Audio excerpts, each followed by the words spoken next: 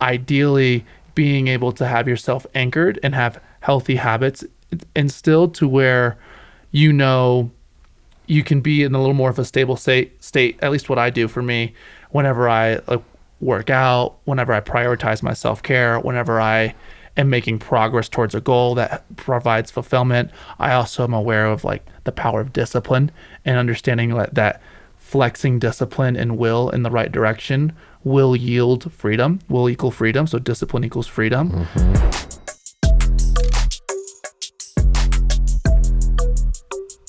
All right.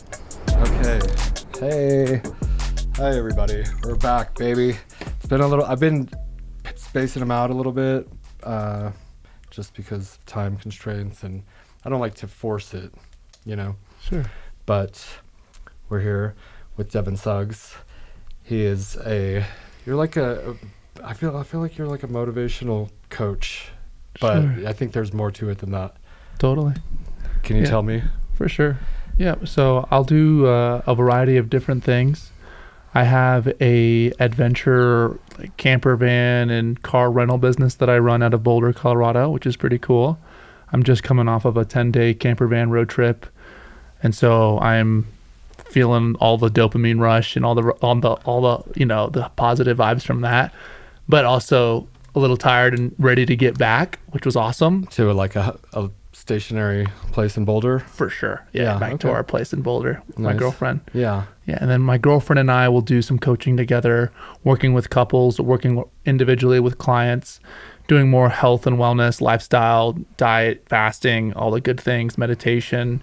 She is really oriented around nutrition. She's a traditional naturopath, so she's got her degree there, and I have more of a background in fitness and personal training, so we kind of combine and blend mindset into all of that and integrate that with people, and it's really lovely. It's a holistic sort of method, right? Mm-hmm, for sure. Hitting all the angles. Totally. And then the big thing I'm looking forward to getting involved with here soon is starting a glamping business out of the Idaho Springs, just west of Denver, Colorado area, having a retreat center for people to come out and receive healing from the land, have access to some close hot springs in Idaho Springs, be by some running water for some cold exposure, and just be, convenient enough that people can come out who are living in like the Denver metro area or in Boulder, but far enough to where they can kind of get away from all of that and really immerse themselves in nature. I like where we're at right now here in the Woodland Park area. Just the drive here was beautiful, coming from the backside of the mountains where Buena Vista was, where we came through, and okay, it's just great. So providing something like this energy of mountains and nature, immersing people in that kind of environment, and having these different structures from A-frames to glamping, kind of gloam style tents, and then putting like meditation walks and offering different services with various people who want to come out and receive some healing for the weekend or however long. It made me think of Firefest when you said those dome tents. Mm-hmm. Do you remember Firefest? Mm-mm. It was like this retreat where all these people like glamping, they were super kind of like influencers, rich kids, and they went to this island, and the guy that set it up, he didn't finish it. And all these people showed up, and there were no beds in the tents, there was no food, there was no... the people that were supposed to do the shows at the event they were like, we're not coming, and but he still took all their money. But obviously that's I don't know why I thought of that, but yours would be more like legit, and probably it was like this huge thing that he was trying to pull off. Word. And he didn't pull it off. But they're trying to do a Firefest 2 now, and I don't think it's gonna go. Sure. Yeah, something more sustainable, more long term. Yeah. Integrate things like a festival or a retreat within that space, but for the most part be kind of like a glamping business where people can come out, and similar between camping and glamorous camping is glamping, and being able to provide a space where they don't need to have all the tents and all the gear and all the grills. Like they can just come out and get the nature that they're looking for without having to get all the stuff. Like they just basically need to hop in a car and show up. Exactly. Nice. Yeah. So you just went on a 10-day trip. Where did you guys go? Yeah. So we started in Colorado. We drove from here straight to Zion, which is about a 9-hour drive from Boulder. did Zion for about a day, and then that evening we drove through Las Vegas into Nevada, and then from there we ended up camping somewhere close to Joshua Tree in Southern California. We did Joshua Tree and Palm Springs for a couple days. That whole area is amazing. The national park was really something special. The energy, the vibes were just sensational. They've got tons of hot springs in the Palm Springs area, so being able to hike and adventure and do that all day and then be able to restore and relax in the hot springs in the evening was just awesome. And then we did San Diego and like the Encinitas and kind of the San Diego coast area and the mountains as well of San Diego for about 4 days, and then we started our way back around and ended up going to Sedona, Arizona.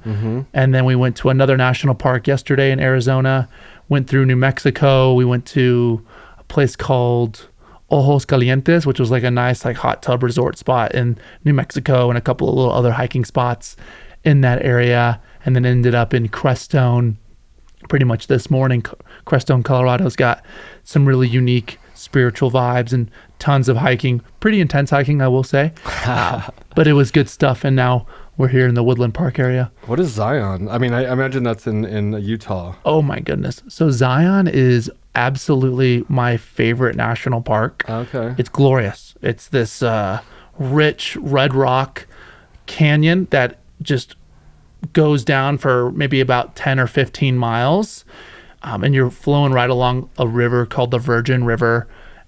You usually park at the visitor center, and there's like a shuttle bus that'll take you into the canyon, and there's about 7 or 8 different stops that the shuttle bus will take as it's driving you down into the canyon. That's where Angel's Landing is, which is a really popular, one of the most probably like photographed and epic hikes in America, but it's also very dangerous as well. People definitely fall off of Angel's Landing because it is pretty exposed. They do have like a chain link fence that you can kind of hold on to as you're making your way ascending to the summit of it. But tons of great fishing, incredible camping. Another national park that's nestled right next to Zion is called Bryce Canyon, which looks out of this world. Looks like you're in Mars or somewhere really unique with just how the landscape is set up and the different spires and the different colors. God really had a paintbrush out there and was just going to town with all the different, geographical forms and the colors. It's a really special place. I actually plan on celebrating my birthday and inviting a lot of friends and family. You're definitely invited for May of next year. Beautiful. I imagine the night sky would also, be quite spectacular. Sure. It's pretty good here, but there's all this city, and this isn't a big city, but you still get that city light that interrupts kind of the view of the stars and stuff. But when you're out in a national forest, I imagine it would be pretty special. Totally, man. Makes you feel how small you are. For sure. Puts you in perspective.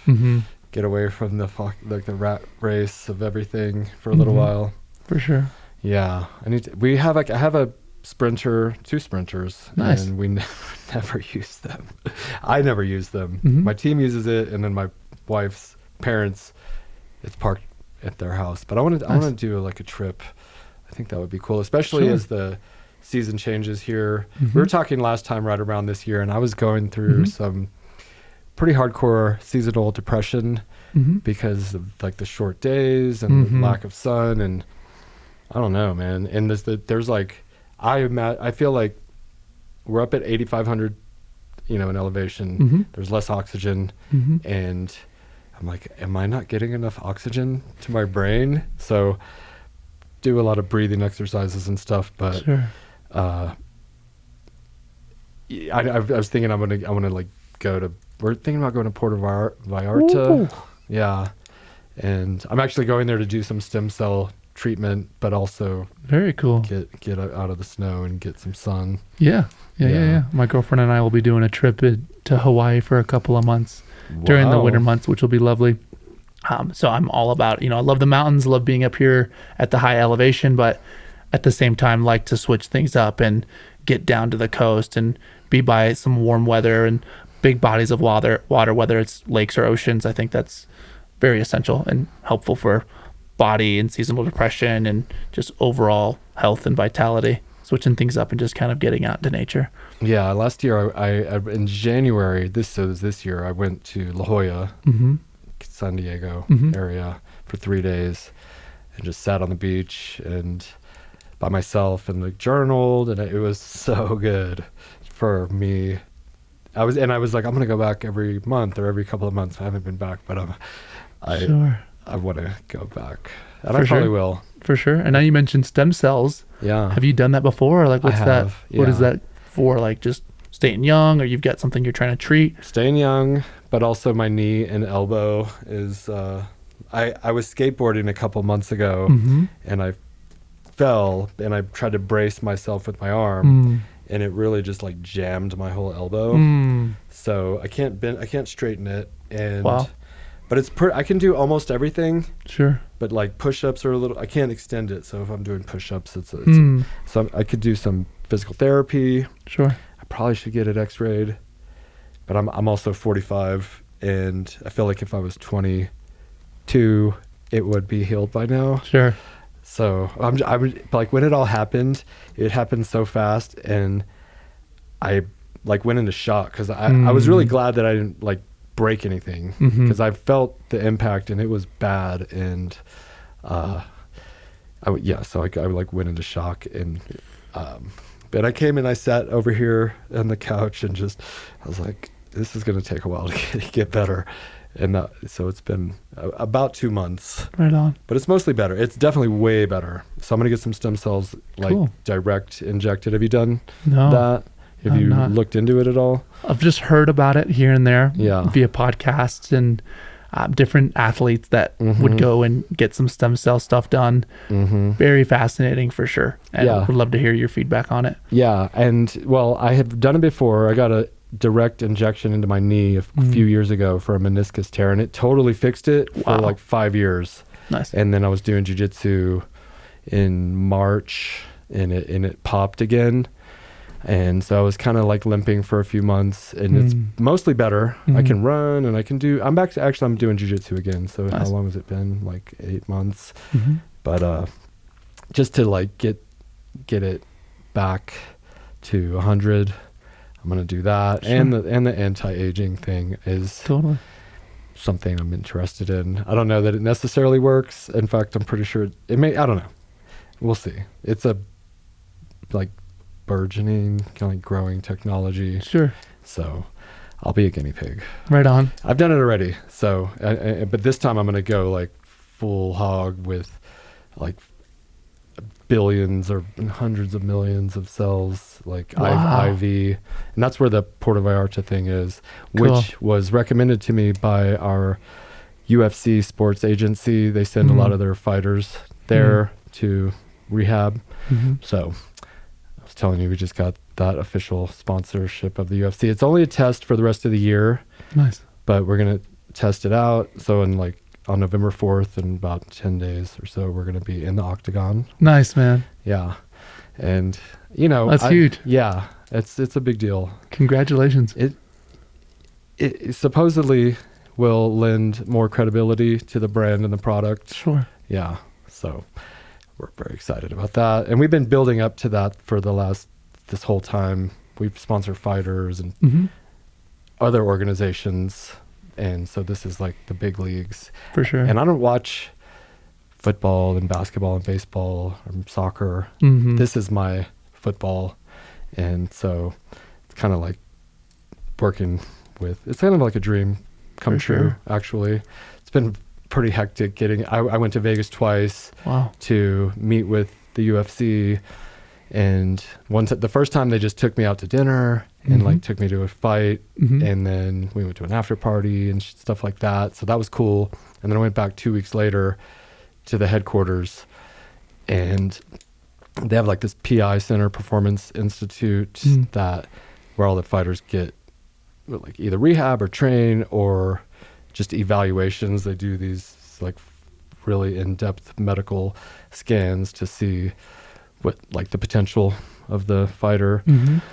So that was pretty cool. And they had all the good stuff, like the red light therapy, the cold plunge and sauna. I mean, that's basic, but like all these weird full body scanners, and because they want to see how much weight a fighter can cut healthily, and so what weight class they would be in. Right on. And so then in the boardroom, they took us into the boardroom and showed us their pitch deck, and it was really fancy. I felt like super like important or something. Sure. And then it's been about a month. About a month. And we signed the deal this week. So it's like on. Yeah, right? That's solid. Do you watch it or anything? Oh, for sure. Oh, wow. Yeah. Okay, good. Love UFC. Yeah.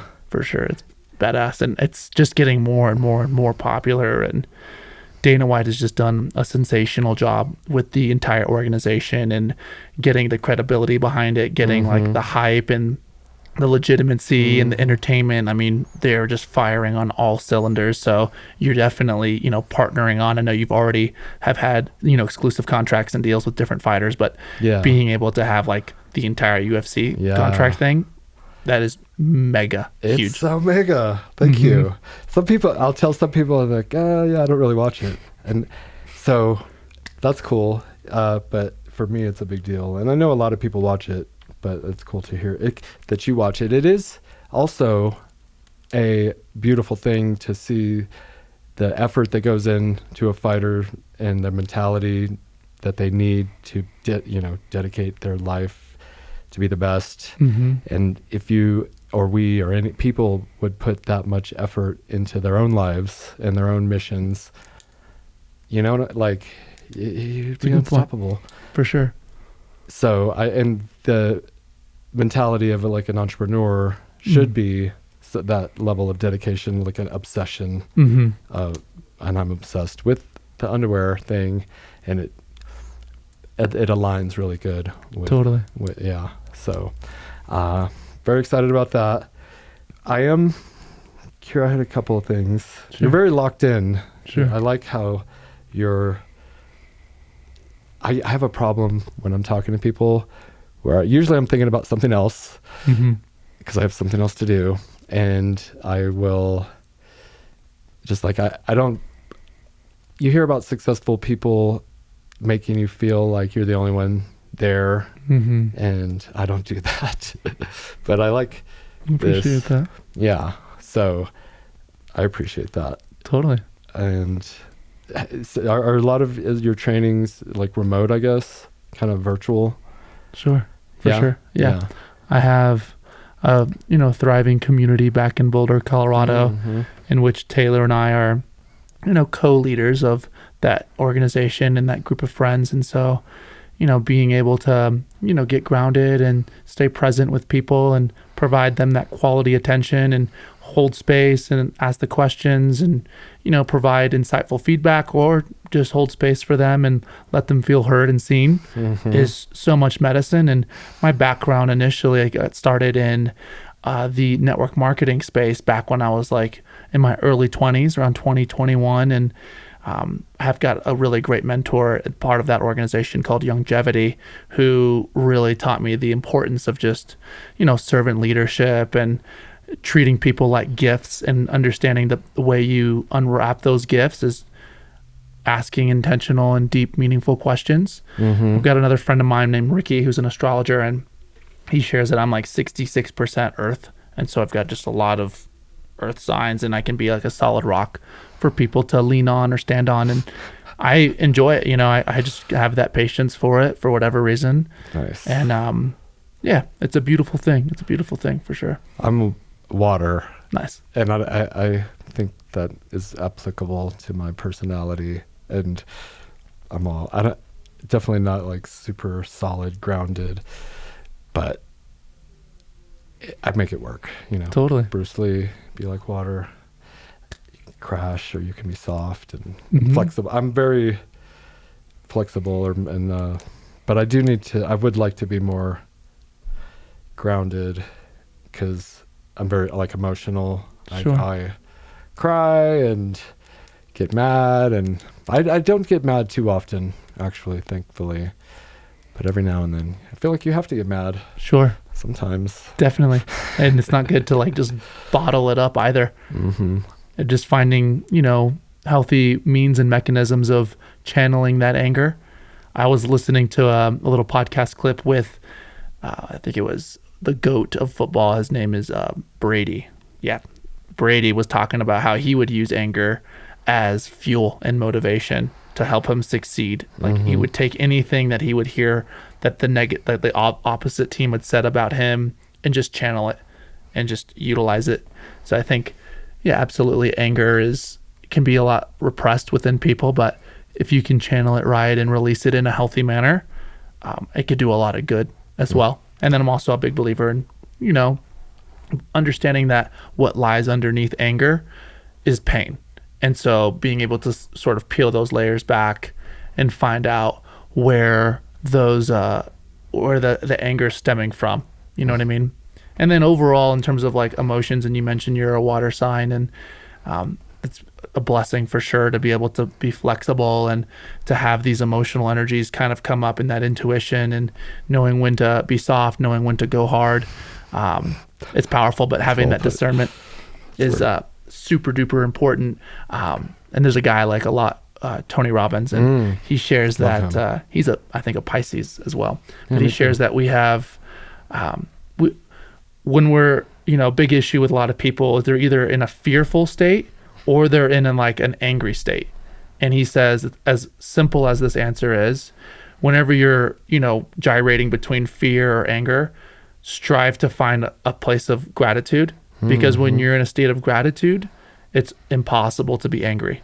When you're in a state of gratitude, it's impossible to be fearful. And I think everyone, for the most part, will kind of fluctuate between these different emotions. But ideally, being able to have yourself anchored and have healthy habits instilled to where you can be in a little more of a stable state, at least what I do for me, whenever I work out, whenever I prioritize my self-care, whenever I am making progress towards a goal that provides fulfillment. I also am aware of like the power of discipline and understanding that flexing discipline and will in the right direction will yield freedom, will equal freedom. So discipline equals freedom. I love listening to a lot of like worship and praise music. I'm very cognizant of things that I'm tuning into on a daily basis, from the media, my own thoughts, social media, music, etc., and just striving to, stand guard at the forefront of my mind and make sure that only good things and sowing good seeds are coming in as much as possible. And by doing that, I feel like I'm able to, anchor in certain emotions and certain states of being. And that I feel helps provide me that stability, where if I don't have like a stable routine, if I don't have a priority of self-care, it's easy to let life hijack it and take you on its crazy journey, right? And just kind of shake the snow globe and be caught up in like a place of like doing a lot of things. Maybe you're getting things done, but you could be lacking a sense of fulfillment or whatever it might be for people on a day-to-day basis, where they just get warped with work or distracted with X, Y, and Z thing. And next thing you know, the whole day's gone by and they haven't really like felt like they've lived. They've just were like in an autopilot kind of zone. Nice. How do you do that when you're traveling? Yeah. So there's a phrase, I forgot the term in Buddha, but like a sadhana or a practice, right? And so I can be traveling on the road in my camper van. I can be staying at friends' houses, staying in Airbnbs, wherever, my apartment that I live at. And as long as I prioritize what I call my 5 to thrive, I know I'll be good. One is going to be sleep. Yes. I prioritize that. Like I get at least 8 hours of sleep. Nice. And then my next thing I'm really big on is my mental health, and just sowing in those habits of waking up and being in a state of gratitude. I just go back to that state as much as I possibly can. I do a game with my girlfriend where we'll go on what's called a rampage of appreciation. We'll play like ping pong, where we'll just go back and forth for several minutes and just start thinking of things that we're grateful for. I love that. Feeding my mind good things, praise and worship music, prayer, all that stuff is really good for my mental health. Learning and stimulating my mind is really good as well. I love movement. movement for me is a form of medicine, whether it's jujitsu and things like in the mixed martial arts energy, hiking, mountain biking, being in the gym, whatever. Movement is medicine. Absolutely. I also love kind of wrapping those two together between movement and also mindfulness with doing like a sauna. I work for an infrared sauna company, and so I sell Sunstream. They're a phenomenal I think that's brand. what I have at my house. Nice. I think so. I have a sauna. Very So cool. I think it's So yeah, I love, going into saunas and, having that benefit of heat therapy, but also that mindfulness aspect of just relaxing and slowing things down. And then my next couple of things are going to be just hydration and nutrition, making sure that I'm treating my body like a Ferrari and octane, like, putting the octane and putting the fuel in that's going to be, uplifting and positive. Don't get me wrong. I definitely get down on some cheat meals. I'll throw down some pizza. I'll eat some Oreos. I'll have some cookies. But for the most part, about 75 to 80% of my diet is pretty clean. And my girlfriend, she's a naturopath. She makes most of our meals for us and is an incredible way to eat delicious and nutritious food simultaneously. And it feels good. And just start feeding the microbiome, that kind of stuff. And it starts to crave that. But I've noticed if I go on a couple of cheat meals, my body will start craving that kind of food. And then I will just have hyper awareness too on how things affect my energy and just strive to like protect my energy no matter what. Do you drink alcohol? Zero alcohol. Yeah, because I've definitely cut back to where it's, like sometimes I'll have one, sometimes, and I'm doing good where I don't drink every day or anything. But like last night I had two, and actually I was fine because I haven't been doing it a lot. But I find, especially last year around this time, it was more towards Christmas and Thanksgiving when you're letting loose a little bit more. Maybe I was drinking a lot, but I was going insane, and my body was just in this state of anxiety for usually the next day, and I didn't know what it was. I literally was like, I felt like it was my wife or in just like the holidays. But now, being more in tune and paying attention, I notice when I drink beer specifically, I was like waking up in this state of anxiety. And so when I stopped, and I'm not waking up in anxiety, so like that's what was causing it. Right on. And so I'm much more aware of that. I like that you don't drink at all. Yeah. I used to. I had my phase of partying and drinking. But I think another really important thing is taking radical self-inquiry. We will tend to do things out of instant gratification, but then there's negative ramifications that will proceed after that.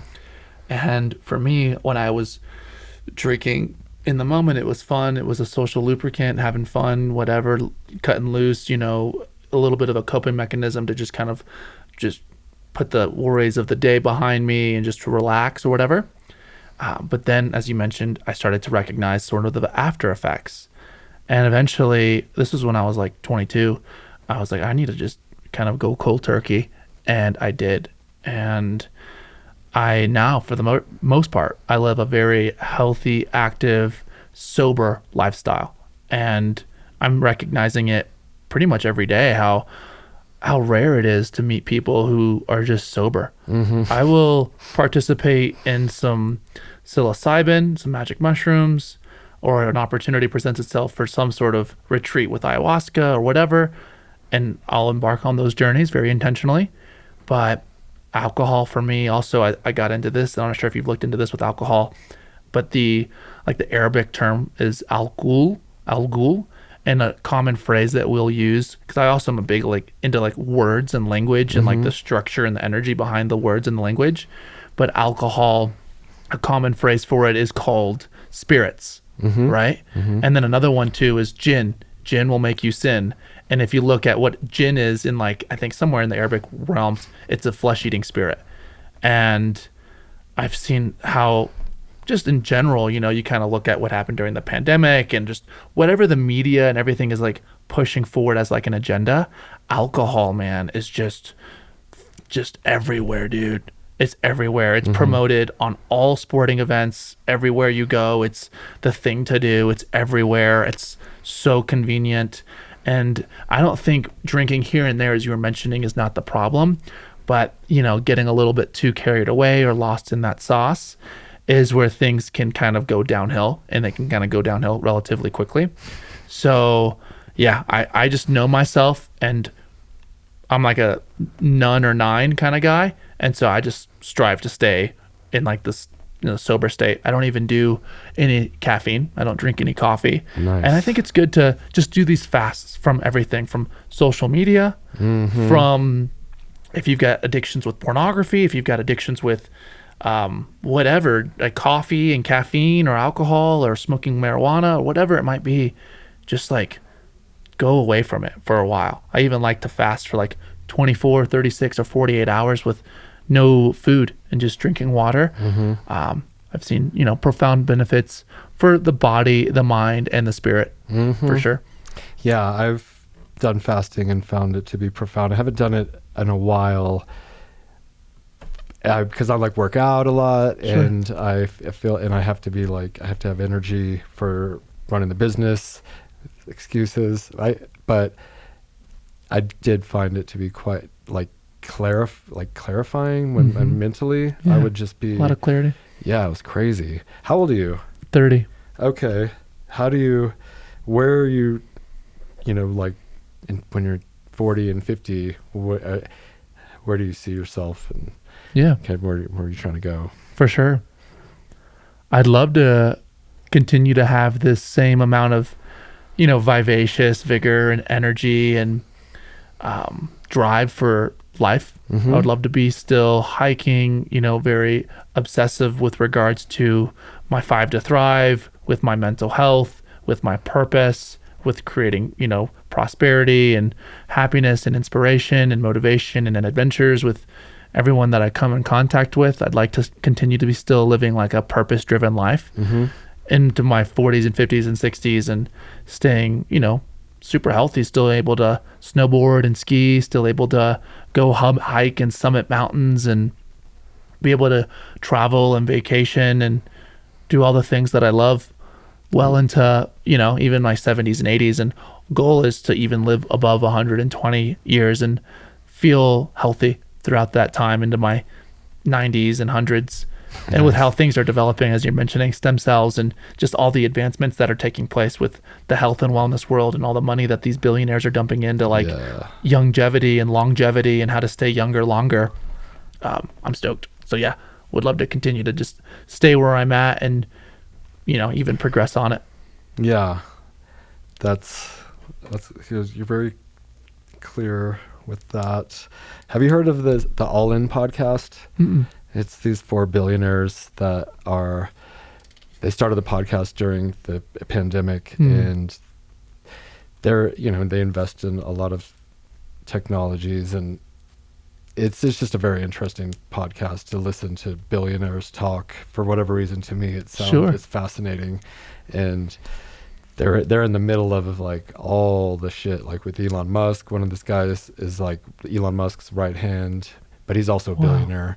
And then they're in like with presidential candidates, but then have you heard of, is it Ozempic? There's like this, one of them was talking about, it's like this weight loss pill thing that all these people are losing weight, but then come to find out it's deteriorating their muscles and bones, and so like a lot, I like to stand back a little bit with certain things and not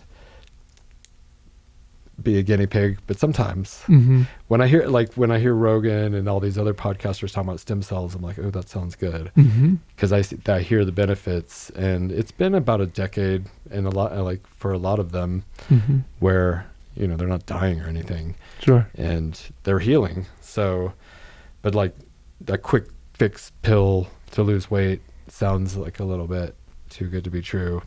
And it turned out that it was. Right. But so I have Dan Prado is my like motivational coach. He's the best. And then I have kind of like a relationship coach thing going on. Right now it was like a short-term program, but it's been actually quite powerful. It's called The Powerful Man, And it's mostly about me, and how I can fix myself to be a better husband in the relationship, strong man. Good. A strong man, a woman needs a strong man type thing. And it talks about the disciplines. You wake up in the morning and you work out, read, meditate, breathe, and like start your day off real strong. And the discipline, those things that you're doing will just have you in a better energy throughout the day. And then, listening to your wife and asking questions and stuff instead of just being too busy to talk or whatever. It's been having a vision, not living in the past. But when you said you do like relationship stuff with your wife. Sure. What kind of like tactics or whatever do you suggest for having like a healthy relationship? I think a great place to start with any relationship, whether it's a male and female, a friends, business dynamic, is having this sense of like overwhelming honesty. And understand too, when you're in a relationship with somebody, that y'all are a team. And being able to approach things as a team instead of me versus you, and like we're opposites or we're on two different sides, and creating that sense of division. The society and politics are all about like competition, me versus you or whatever. We have to completely dismantle that entire mindset when it comes to relationships and find a way to have that overwhelming honesty with each other, but saying and communicating what you mean without saying it mean, and establishing healthy boundaries and understanding that boundaries are not there to build walls to separate each other, but they're actually like bridges to help create more intimacy whenever you're honoring people's boundaries. And just understand too that there's going to be dark sides to any relationship. There's going to be ups and there's going to be downs. And striving, I heard this phrase once that I love, is like, you shouldn't judge a relationship like a partnership, a husband and a wife or a boyfriend and a girlfriend. You shouldn't judge it on how happy they are all the time. Rather, see about how whenever they lose harmony, how well are they at getting back into harmony? You know what I mean? And seeing that aspect of the healing and mending process being really good. And then I think another thing to do, and that we do with my girlfriend, but also with others, is putting our egos aside. 100%. You have to surrender the ego. And if you're out of integrity or you're wrong, just being able to own it, and them being able to own it, and remembering that we're a team, and just having that reminder in the background. Like if I'm, trying to provide criticism for my girlfriend or whatever, she doesn't see that as, oh, you're just always blaming me or punishing me. It's like, no, like I see the potential in you, and I want to see that come out even more, and vice versa. And I mean, there's all these little things that we can find in, and with relationships counseling with people and directly, you're able to just slice through the BS and get into like, hey, like what's going on? Where are you feeling not seen and heard? We all have a dark side. All of us do. And just kind of feel vulnerable and comfortable enough with somebody to go into those spaces with the intention of healing it. Because I also believe whatever's lurking in the subconscious, if it's under the surface, my man, you can't heal it. You have to reveal it to heal it. You have to shine the light on it. And that's where that overwhelming honesty thing comes into play. And you just got to bring it all to the forefront. And it's a very vulnerable experience, but at the same time, it's a very beautiful one as well.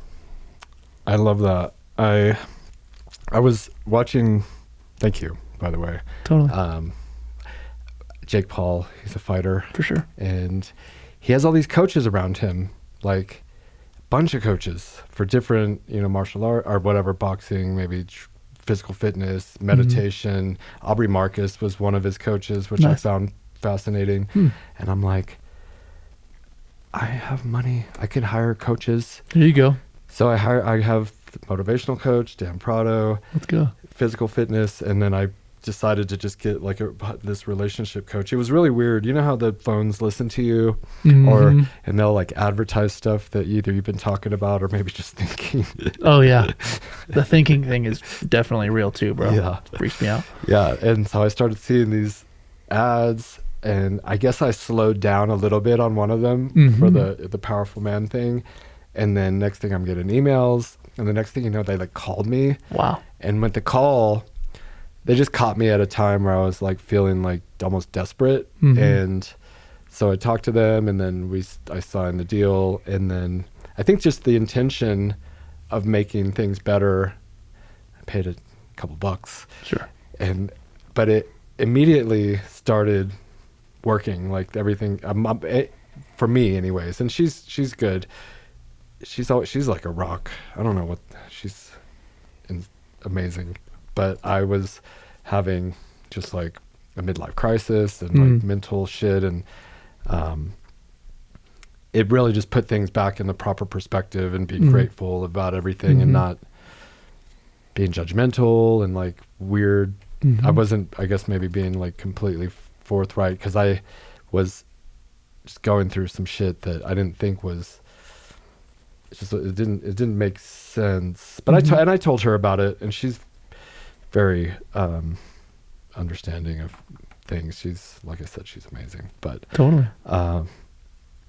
but just, it was cool to see Jake Paul having those coaches, and then I decided to implement that strategy into my just personal life and business. And it's been a couple of months since I've been doing all these things. Sure. And everything is getting better. Cool. I feel like not everybody has the means to just hire a bunch of coaches like Sure. Jake Paul, but I do. Yeah. And it has been very beneficial. And you know, we all think we can do it on our own, and especially like Western culture, we don't have really mentors.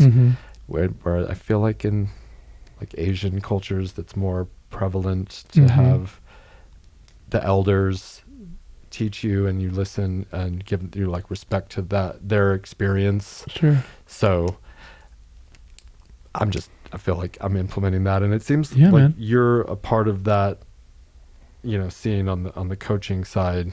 Do you have coaches at all? Yeah, it's a good question. I mentioned the network marketing thing that I got involved with when I was in my early 20s. Yeah. My mentor, still to this day, my mentor yeah, you did mention that earlier. makes over $100K a month in residual income, and it's just not bad. Yeah, he's not only wealthy financially, but Right. most importantly, he's rich in relationship. Yeah. And he is a huge proponent and believer in personal development and radical self-inquiry and the gift of desperations and investing in your health and your wellness in that way through seminars, coaches, etc. And so he took my brother and I under his wing when we were like 21 and flew us to go see Tony Robbins, like Robert Kiyosaki, and just all these, you know, forthright, you know, leaders and thought leaders and authors and speakers and entrepreneurs and spiritual oriented people as well. So I've been doing a lot of that since I was young. I've hired different health and fitness coaches in my day. As of right now, I don't have anyone that I am personally subscribed with. I have a couple of men's groups that I'm a part of, and there are, you know, leaders in those networks that provide counsel and wisdom for me and guidance and clarity and direction and integrity check-ins to make sure I'm, you know, staying in honoring my word and honoring my mission and all that goodness.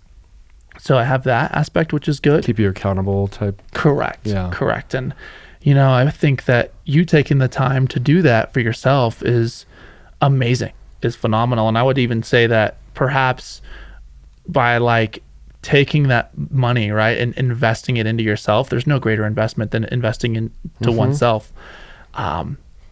And now look at how things are aligning here with you, what you mentioned at the beginning of the podcast, how you guys just signed a deal with the UFC. I mean, that's phenomenal, man. So, you know, I think with preparation and in self-care and investing in your well-being, whether it's relationship coaching, whether it's health coaching, etc., It's just gonna further accelerate your growth and your capacity to serve and all that good stuff.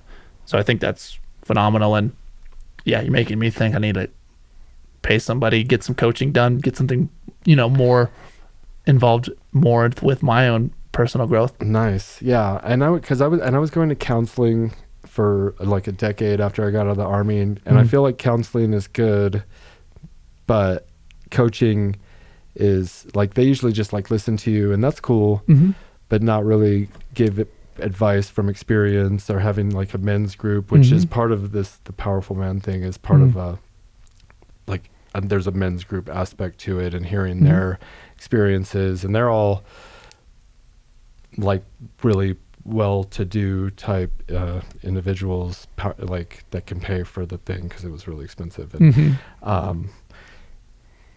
but here, we don't just want the money. You want the quan, the whole.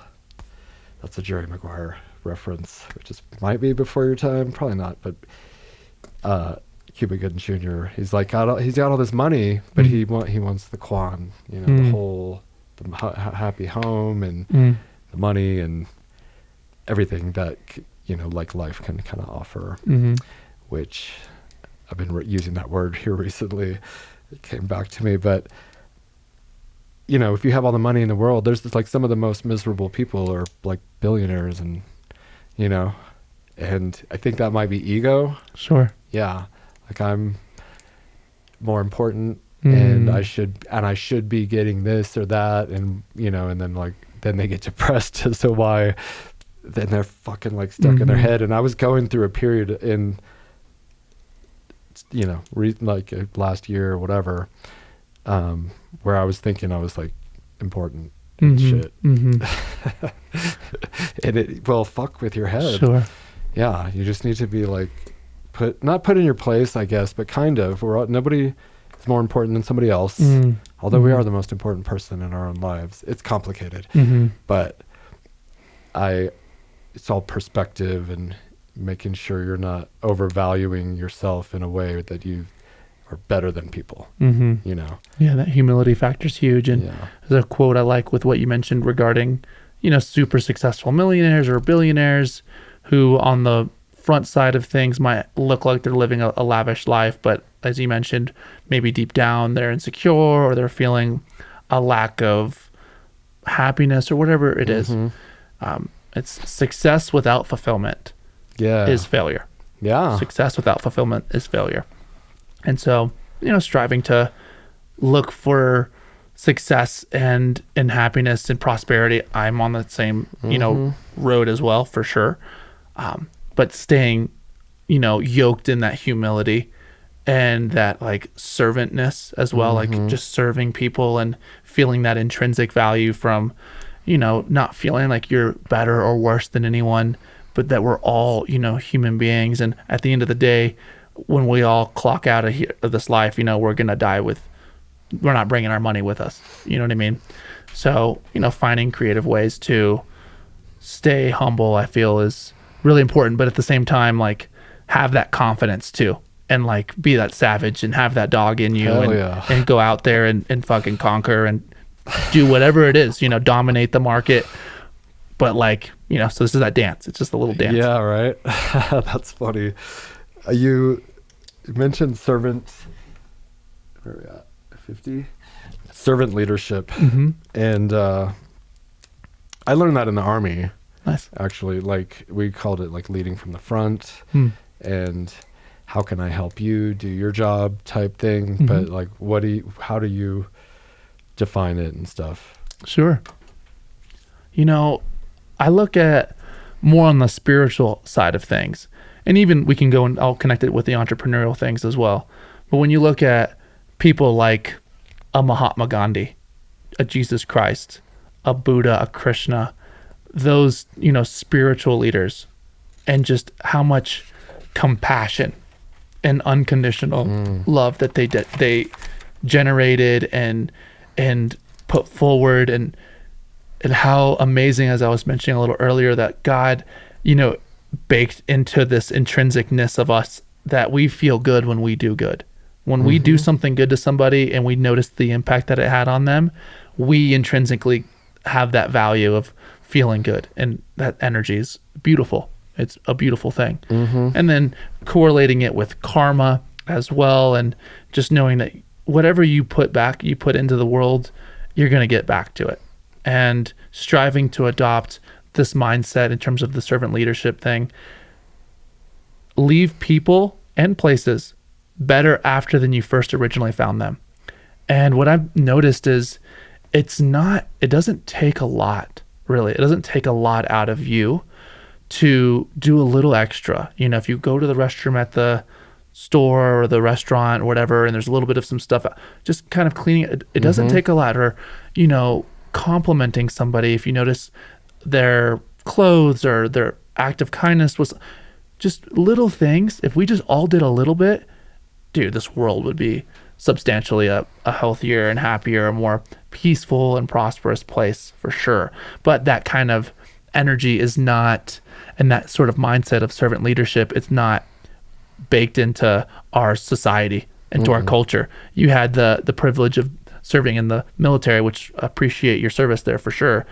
But they have that kind of mentality, and that's amazing. That's amazing. And staying humble enough as well to like, just remember you're never too good enough for XYZ person or doing XYZ thing to serve the environment or the world or whatever.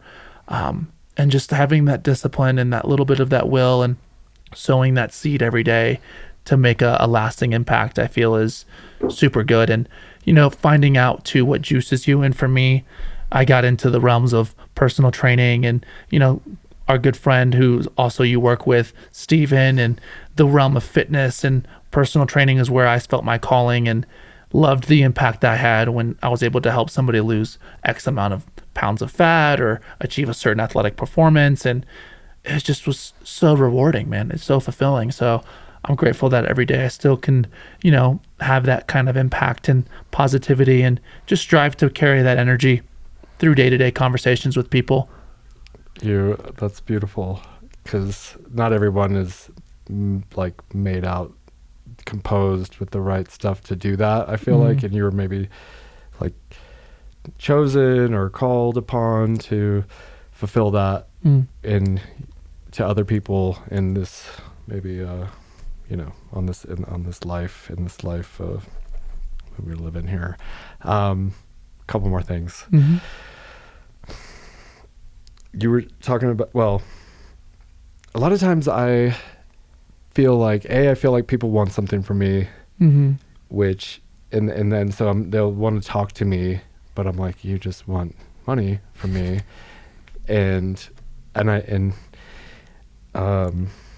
but I also feel like a lot of times I'm like, I don't have time for this. I don't have time to listen to you kind of like schmooze me, but I know your intentions or whatever, and or at least I think I do, and I'm pretty usually right because anyways, in those scenarios. But I want to, like, how do you deal with, like, I don't have time. Like, I feel like there's not enough time in the day to set aside 20 minutes. I always feel like it's like, I don't have time for this, but it's only really going to be like 5, 10, 20 minutes maybe. Whatever. Do you have any kind of insight on that? That's a great question. Depending on the circumstance in the situation and the level of BS that you're sniffing, and kind of having that discernment where, how do you want to approach this? Is this worth your time? Or is this something that you can donate some of your time and be patient? And I feel like just having that discernment, depending on the person, situation, and circumstance, will dictate a lot. And I've been one of these people who tends to tolerate a lot and just can hold the space for anyone and everyone. And my girlfriend, she's a little bit more sharp, and it's like, no, if this is BS, like, call it what it is. Learning how to say what you mean without saying it mean, or if you need to, you know, say it a little bit more forthright, then go for it, for sure. But yeah, it's an interesting dynamic, and energy to balance and kind of play with whenever you're dealing with different situations where you feel like you're sniffing something, or if you even maybe mention it or bring it up and strive to just seek clarity in that question. Like, hey, I know you're doing your thing right now. I'm got some stuff going on, just letting you know. I don't want to interrupt you, but I need to mention this. I'm feeling this energy. Is this true? Or if not, if it is, then, I don't want to waste your time either. Right? So Nice. yeah, it's an interesting little way to flow with that for sure. Like that. Very good. You're wise in your years, because I'm like way older than you, and I'm like asking you for advice and shit, which I like. But so that's sure whatever. Yeah, and I also think too, with regards to that thought and question, wisdom can be derived from anyone at any age. And whether it's somebody younger or older, even if it's a baby, even if it's nature, and you're getting wisdom from like looking at the tree or whatever, it's a beautiful thing. And yeah, like a 4-year-old might be like, say something and you'd be like, whoa, that was profound. Like I never thought of it that way or something. And they're just being brutally honest or whatever. Yeah. Saying what's on their mind. And for sure. Yeah. And humility, right? There's a quote from, I think it's Bill Nye the Science Guy I heard. It's anyone and everyone you meet in your entire life knows something that you don't know. So you can learn from anyone and everyone. It's beautiful. It is beautiful.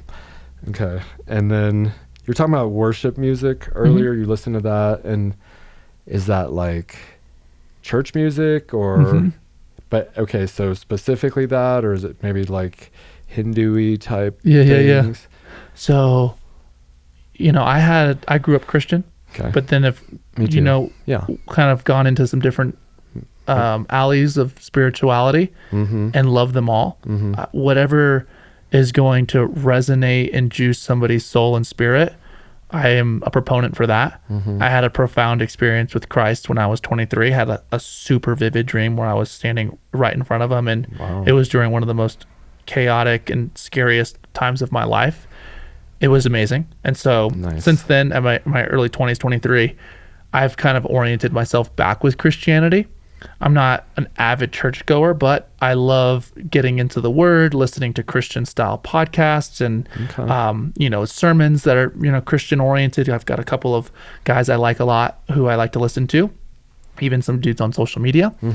But yeah, so I will listen to a lot of worship and praise music, things that are just so beautiful and just invigorate every cell in my body and provide and bring chills. And my girlfriend and I will do it together.